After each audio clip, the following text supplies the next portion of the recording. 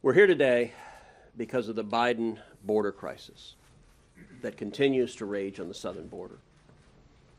This is a crisis that on the merits should dominate the news each and every day because it continues to get worse. The Washington Times reported on Sunday that catch and release numbers increased more than 430,000% this August compared to last August. 430,000%. That's a percentage so big you almost think it's a typo. The Biden Department of Homeland Security is preparing for up to 400,000 illegal immigrants to cross the border this month.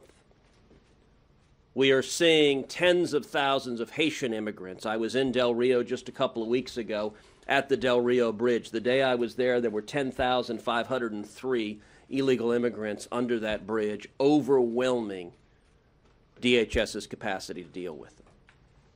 Just over a week ago, I met with the foreign minister of Panama.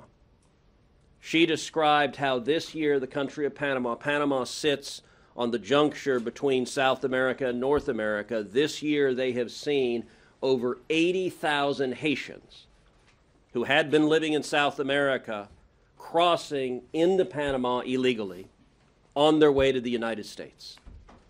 And the cause of all of this is simple. It is Joe Biden and Kamala Harris who refuse to enforce the law. Those are decisions they made literally the first day in office. 3 decisions drove this crisis: immediately halting construction of the border wall, that happened on day 1. Reinstituting the failed policy of catch and release, that also happened on day 1. And most indefensibly, ending the incredibly successful Remain in Mexico international agreement. Remain in Mexico last year produced the lowest rate of illegal immigration in 45 years.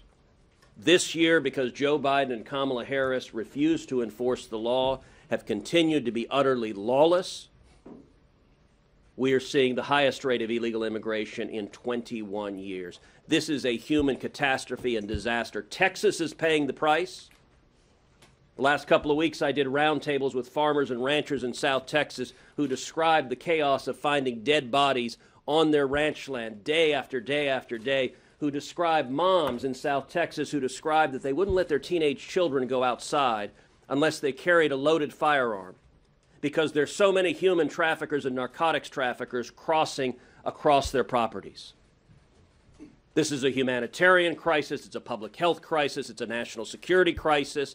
And right now, Joe Biden and Kamala Harris refuse to do a damn thing about it. Joe Biden won't even go to the southern border. And Kamala Harris refuses to go to the Rio Grande Valley, the epicenter of this tragedy. This tragedy needs to end, and Joe Biden and Kamala Harris need to follow the law.